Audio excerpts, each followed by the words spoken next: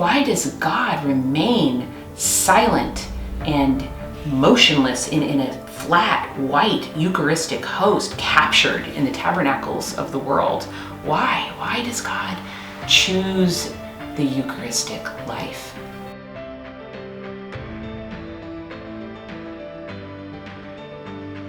I'm saddened to think of all the people who have no idea what is taking place. They pass by churches every single day. In their heart, they're searching for meaning. And little do they know, little do they realize that the meaning they look for is found in the one who is the way, the truth, and the life. Jesus Christ is waiting for them there.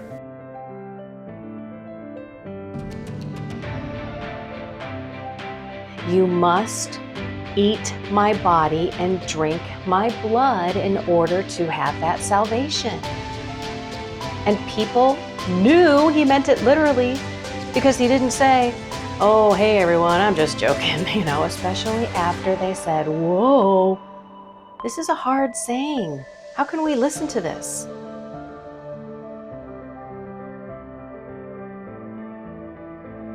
He was speaking to me from that tabernacle, and he was challenging me. Am I willing to turn my back on him who's done so much for us, who fed the 5,000, who walked on water?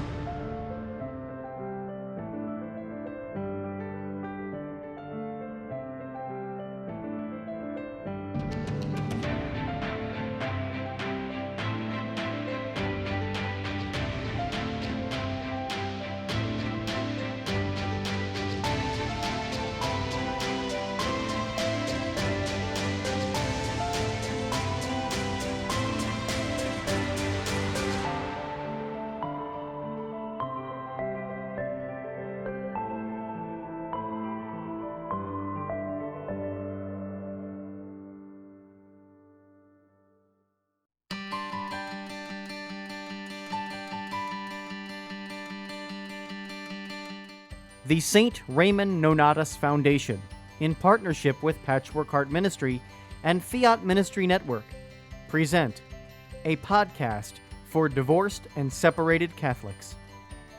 Hello, and welcome to a podcast from the St. Raymond Nonnatus Foundation for Freedom, Family, and Faith. This is Ann DeSantis, Executive Director, joined again by Mickey Kelly, our board president. Mickey, thanks so much for joining us on this podcast series. Hi, Ann. Thank you so much for having me here. So, hey, we're still going strong.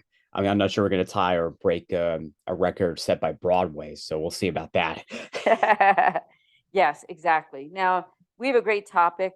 This is 10 tips for healing for adult children of divorce. And I'm very proud to say this is our very first podcast series that we've ever done for adult children of divorce. So this is wonderful. Now, the topic of today for episode 4 is fostering relationships with those who understand. And that is for the realm of those adult children of divorce, which I repeated again, that these are people that are above the age of 18 for this podcast. Of course, there are many children of divorce that are below 18, and we have resources and recommendations for them, which I will mention later on in this podcast. But we're going to focus on the adult children and how all of us who are children of divorce, how we're affected, not just when we're younger, but throughout life. And so let's just start out with that idea of fostering relationships. Mickey, what ideas might you have for the people who are listening to find friends who can understand their situation? Well, I mean, and I think it kind of, that the theme of this week's episode, I think it really says it really speaks for itself, because the reason I say that is, like, we have to confide in people that we trust. And also, time after time, we've held in-person group settings, and I know we're looking to have a few more of those down the road. But there will be people who are going to share their stories, and then when it's over, walk up to each other and be like, hey, I can relate to you at this manner, and I would like to help you and what have you. So that, that form that connection right there. And honestly, I think I see, like, there's a heck of a lot of benefits that come to it.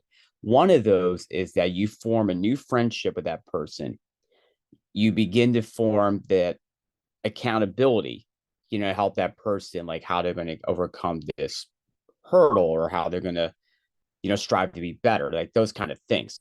That, like, I know for a fact that as a member, like I've been a member for Knights of Columbus for 14 years. And if there's something I've learned from guys that have been in the order maybe twice as long as I have, maybe triple times, is that one of the things that they've done, and one of the principles, is fraternity. And some of the things they've done, some of the things I've seen, is that they go from things like, they go into events together, like conventions, go into vacations together, each other's birthdays, graduations, weddings, like wherever the other momentous, like monumental, like momentous occasions that happen.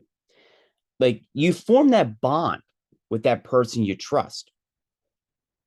And it really helps you, like, to form these lifelong friends, because, these circumstances, when you find the right people that can relate to you, I can promise you that it will pay dividends. Yeah, absolutely. And you know what? You don't really need to find a huge group of people to communicate with if you're an adult child of divorce.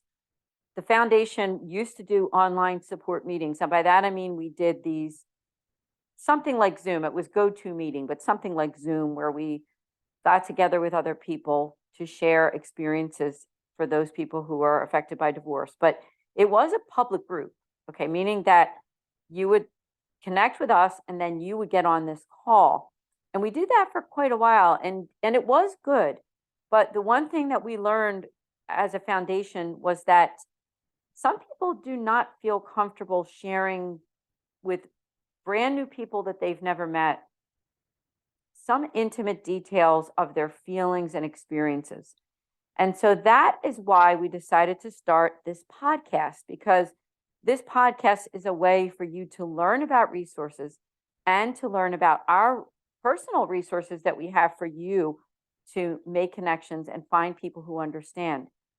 So I always say this on every podcast, but I can't help but say it again, is that one of our greatest offerings is our pastoral consultations with a Mercedarian friar. And that really is what replaced the idea of these larger group kind of online discussions, where people were a little more hesitant to share personal information with those that they don't know. And so we wanted to give you who are listening an opportunity to share your story with one trusted person, and that would be with our Mercedarian friars, the religious order that founded us. And so if you go to our website at nonnatus.org, under the drop-down Our Services, you will see priestly consultation. All you need to do is fill out the form, and then we will make that one-on-one appointment for you so that you can talk to a priest about what you're going through and just kind of, what's on your heart. But I wanted to mention also a couple other online resources from friends of ours, friends of the St. Raymond Nonnatus Foundation. One of them is called, an organization is Life Giving Wounds. And some of you might have heard of them before. Their website is Life, L-I-F-E, givingwounds.org. And they are an organization that is specifically for online support for adult children of divorce. And on their website, they say that there's a glaring need in the culture and the church. Adult children of divorce and separation often feel alone and lost and are searching for lasting healing and love. Leaders are looking for Catholic ministries to help them, and they are ready to help. So,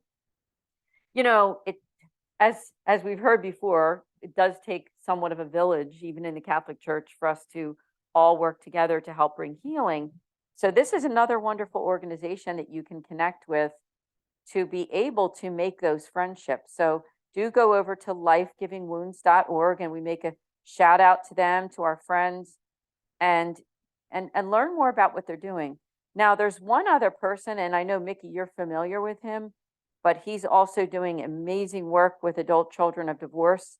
His name is Joey Pontarelli, and his website is Restored Ministry, and that is singular, not plural, restoredministry.com. And their mission is that they give practical advice and tools to help teens and young adults cope, heal, and grow from the trauma of their parents' divorce or separation. so they can feel whole again and thrive in every area of life. I know they have a podcast, they have a blog, and they have ways that you can connect with them. So go to restoredministry.com. Now, these organizations will offer retreats and they will offer podcasting. And I'm pretty sure they offer some kind of group support. So that's where you would want to go. And you could come to us to get that one-on-one consultation and help. Because not only do we offer the pastoral consultations, but I have wonderful news for all of you. We're also offering spiritual direction. And that can be an ongoing thing, meaning it's not just a once and done. You can have a once a month appointment with one of our Mercedarian friars, either in person or on a video call or on a phone call. And all you need to do is go to, again, nonnatus.org, go to priestly consultation, and then there's a drop down for spiritual direction.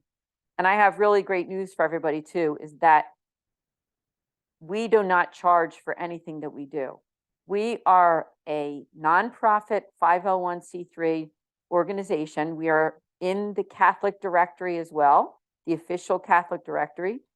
And, you know, we're here for you. That's why we're doing this podcast, to give you great resources to try to find healing as an adult child of divorce. Now, some of you are listening, you know Mickey and I, both of our stories. We are both adult children of divorce.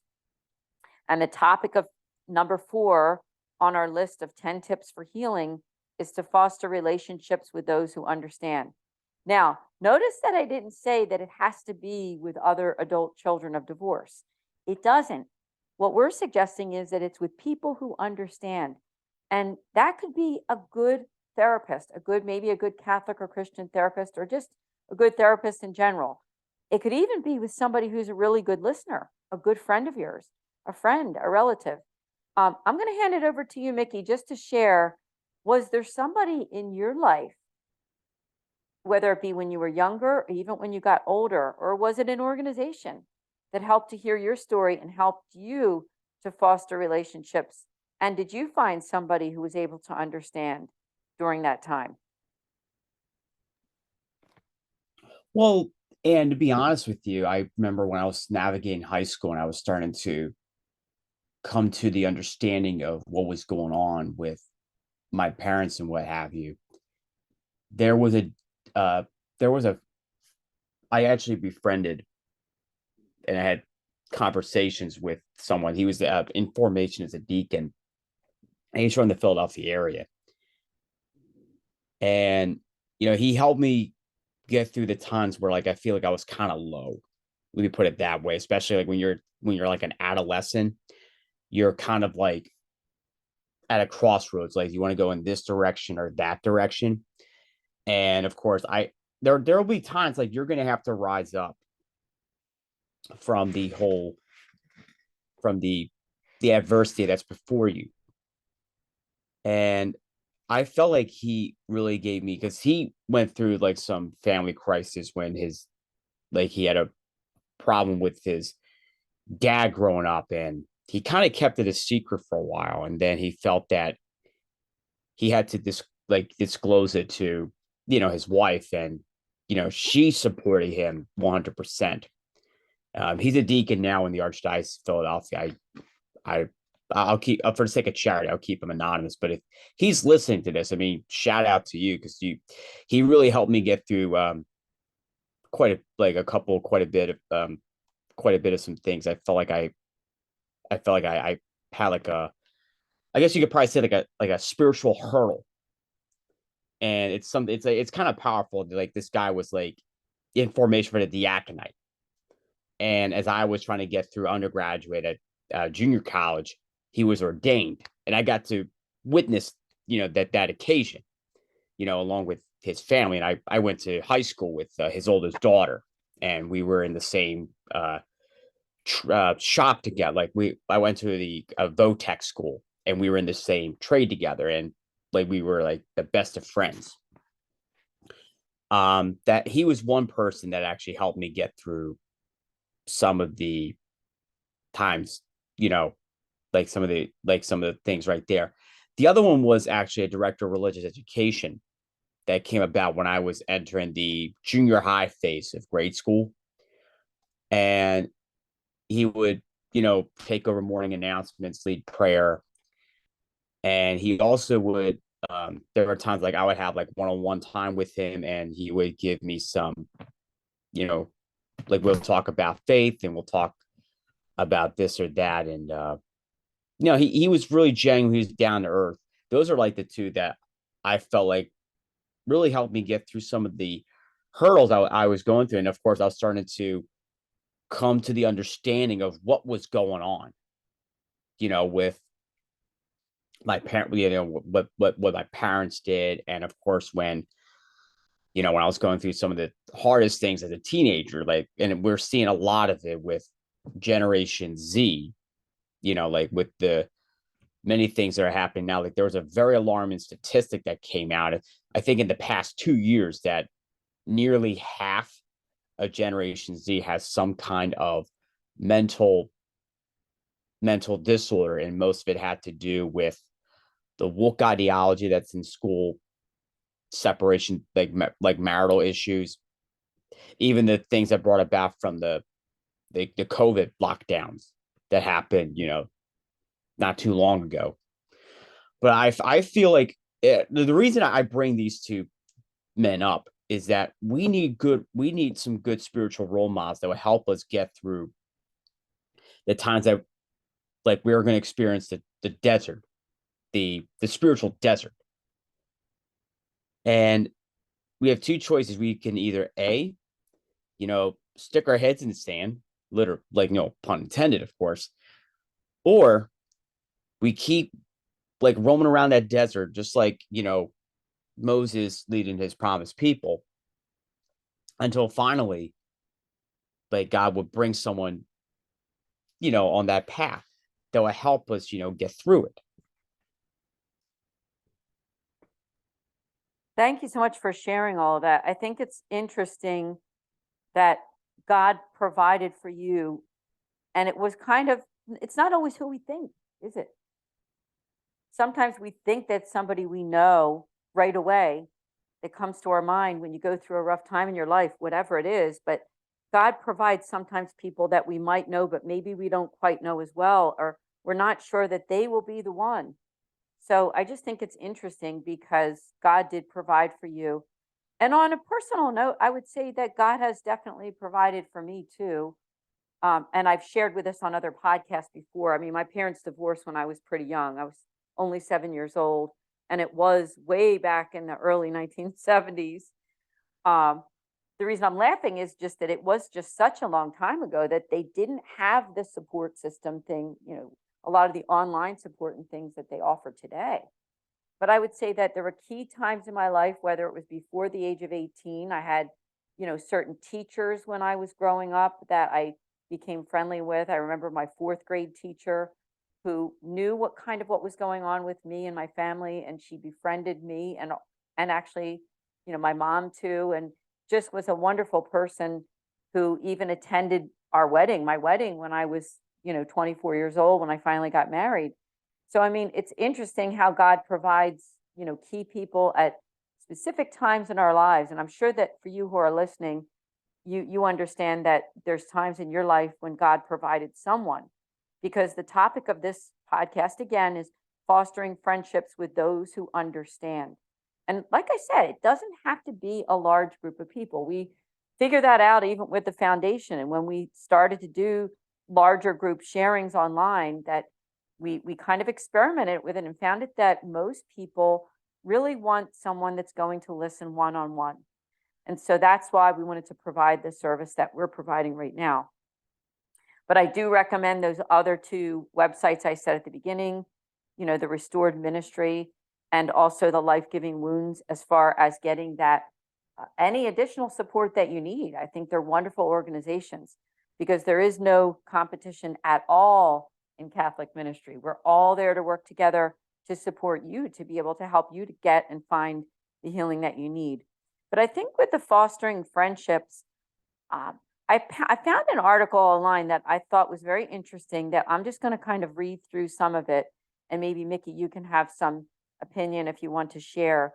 But the article is called 5 Ways to Grow in Authentic Friendship. And although this article is not specifically for adult children of divorce, I do think it offers some good suggestions for all of us, not only for us to help to find the help that we need, but also for us to be good friends to other people. And the article is it's called aggiecatholic.org, AGGIE Catholic.org, 5 Ways to Grow in Authentic Friendship. And one of the first ways is to be authentic and vulnerable. And I think that in my personal opinion, I think that particular step is so important for fostering real and true friendships when you don't have a mask on from the very beginning. And the article says that friendship should be a place where you can be yourself, where you can share your heart, your worries, your joys, your heartaches, your prayers, and much more. It should be a safe place where you journey alongside another person, striving for heaven. A virtuous friendship requires both people to be fully themselves. I just think that is a very, very important aspect of authentic friendship. The next one is to be present to each other. And the article says that we live in a world where it's easy to hide behind a phone, screen, computer, or all these other commitments. For a real lasting deep friendship, one must be willing to put the phone down, to set aside the other obligations. And it says a little more than that. But I know, Mickey, you're probably listening and nodding as I say that, but it is so very, very true, being present to each other. The third one on this list is to initiate and commit. And it says, don't be afraid to initiate hangouts with your friends. Our schedules are busy, and it takes time and effort to have quality time with friends. Be willing to step out and ask to hang out. And I think that's a good one for adult children of divorce, too. Sometimes when you're an adult child of divorce, you sort of feel like you can feel, I'm not saying you do feel, but you can feel at times like the odd man out. Maybe some of your other friends come from 2-parent families where you feel like you might be the only one who's from a broken family, or maybe has step parents in the picture, or even step siblings or half siblings. But, when we put ourselves out there, as I said, to initiate and to commit, it helps us to make friends with like-minded people, and also people who really care and want to be good listeners to us, and we can be good listeners to them. The next one on the list here is to go deep and ask bold questions. And some of the questions they have here is, how's your prayer going? What is Jesus telling you in your prayer? How's school? What's the hardest thing going on? It's easy to ask simple questions to just hit the surface. But as a friend, really invest deeply in them, invest in their heart, their journey, and to know them, know the good and the bad. And I think that's important, because when you are the adult child of divorce, sometimes we need to go a little bit deeper than just, how was your day, or how was the weather out there today? Something that kind of goes a little bit deeper, to ask how we can also support one another. And so that's I really think a great step. Now, the last one on this list, because it was just 5 steps, is to pray for and with each other. And it says to place your friendship deeply in the Father, pray for one another, ask for their intentions, take them to prayer with you. And don't forget to follow up with your friend and their intentions. What do you think? Have any tips to share with us on building our authentic friendship? And they just say here on this website that they'd love to hear. So please do go to that article if you want to connect with them at 5 Ways to Grow Authentic Friendship at aggiecatholic.org. But I would just say that article offered some very good tips, and especially for our topic, which of course is step number 4, fostering friendships with those who understand. Mickey, I wondered if, the second part of that thing is with those who understand. How has that been for you in your life? Because I know you shared with us when you were younger and how God provided some key people. How about as you got older? Was there something or someone that helped you to get to that level of being able to feel understood by either friends or even just 1 or 2 people?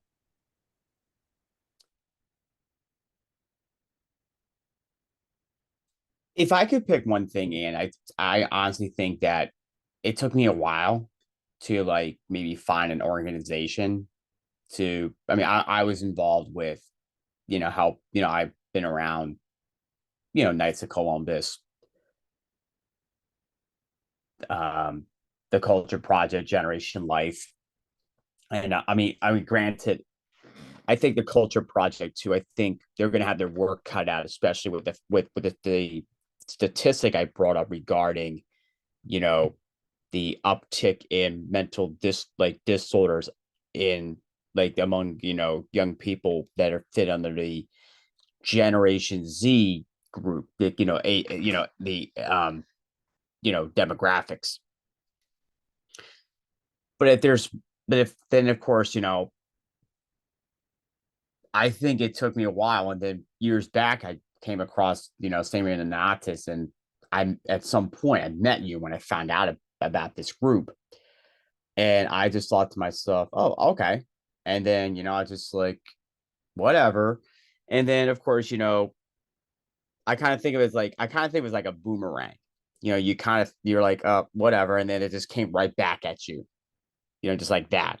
Because I think what it led to was, you were at a Man Up conference, and then down, I think somewhere between the Man Up conference in Philly to the annual dinner that happens every year, we go to that. We've been going to that for the past couple of years, and we actually, I felt like it was a boomerang effect. I just like, oh, okay. And then it just came back, months, like, down the road months later. And then you initiate like, hey, can I get in touch with me? Like, yeah, of course. And then that's where, I guess that's where like, like a lot of the dominoes and everything kind of came into play. And that's where the both of us, we put everything on the line, be like, hey, I think you should be a part of this. And here I am now.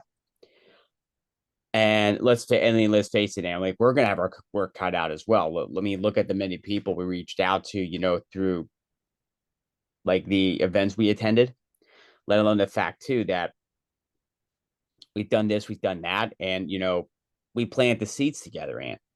And I don't have an ounce of regret whatsoever.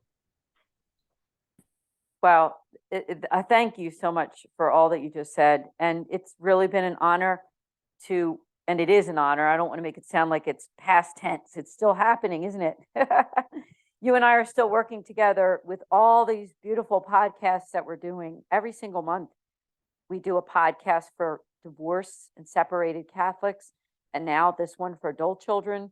We do a monthly podcast for families in crisis. As Mickey said, we do events. We've done men's conferences, women's conferences. We've done pro-life events. So it's just a beautiful thing to be able to meet people, help people, and let people know that, the Catholic Church cares. If I could say anything on this podcast, that's what I want to say. That I don't think anybody can accuse the Catholic Church of not trying to make outreach.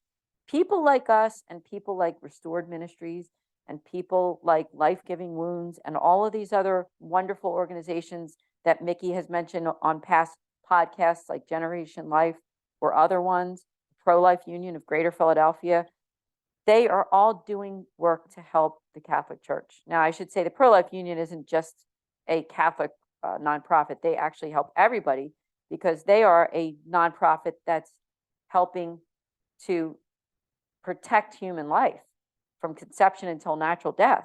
And that's every single person. That's the entire human family. And we, as the St. Raymond Nonnatus Foundation, we also help the whole human family.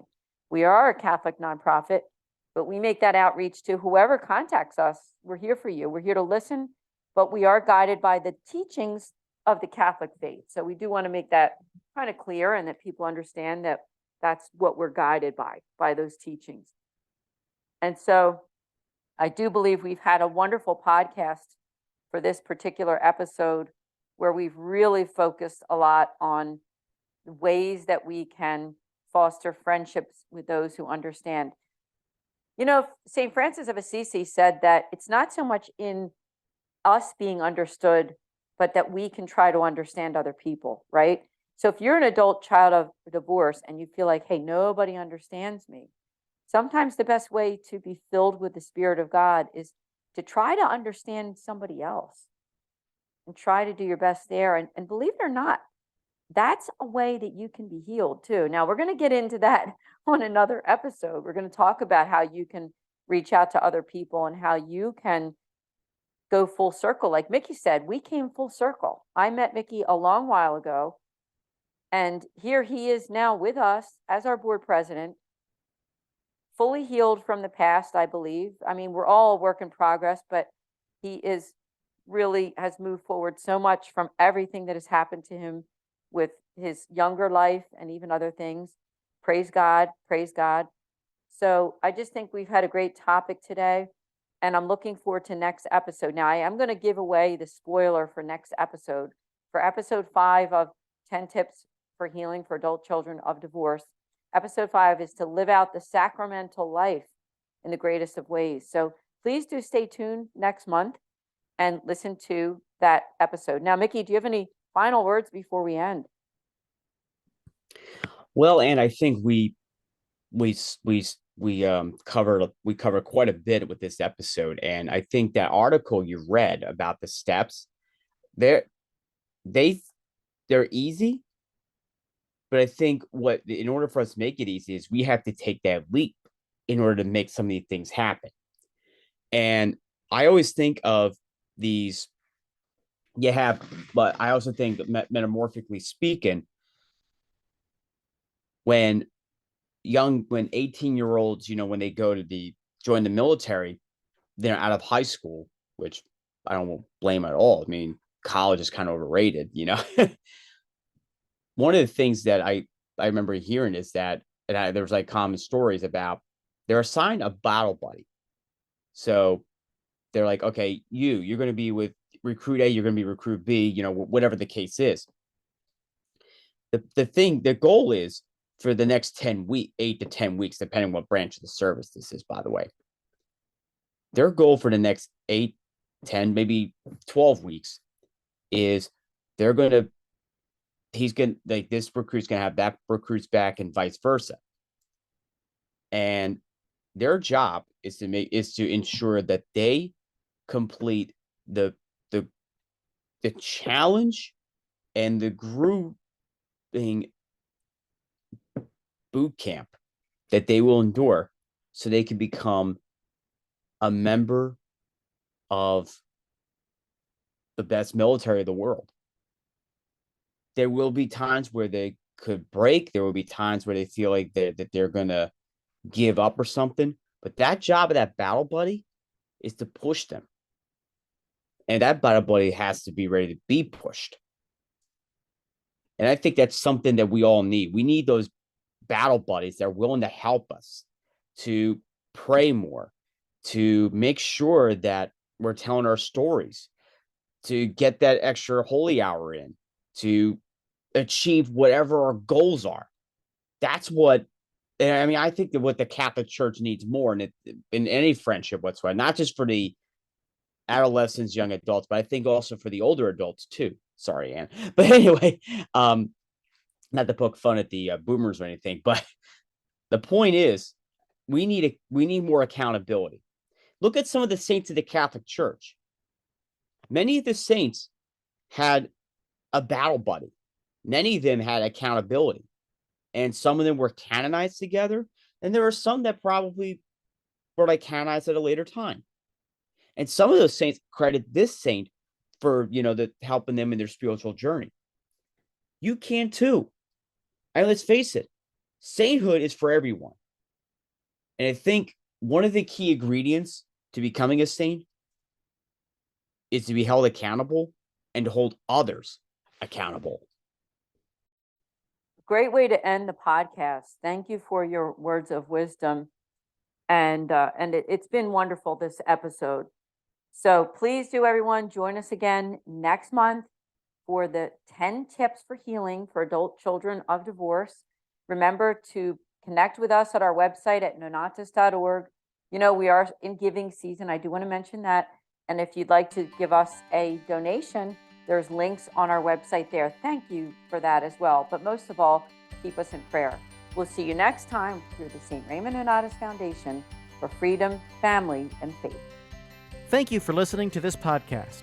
For more information about the St. Raymond Nonnatus Foundation, visit nonnatus.org or email director.srnf@gmail.com.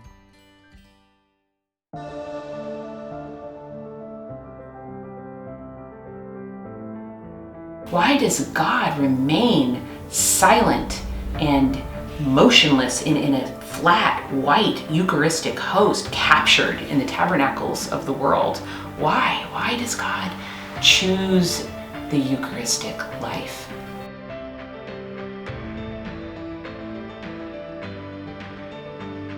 And I'm saddened to think of all the people who have no idea what is taking place. They pass by churches every single day. In their heart, they're searching for meaning. And little do they know, little do they realize that the meaning they look for is found in the one who is the way, the truth, and the life. Jesus Christ is waiting for them there.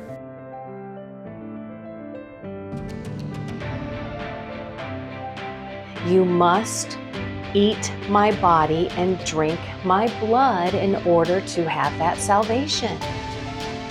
And people knew he meant it literally because he didn't say, oh, hey everyone, I'm just joking, especially after they said, whoa, this is a hard saying. How can we listen to this?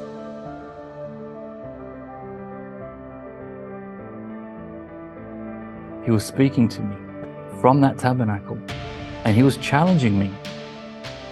Am I willing to turn my back on him who's done so much for us, who fed the 5,000, who walked on water,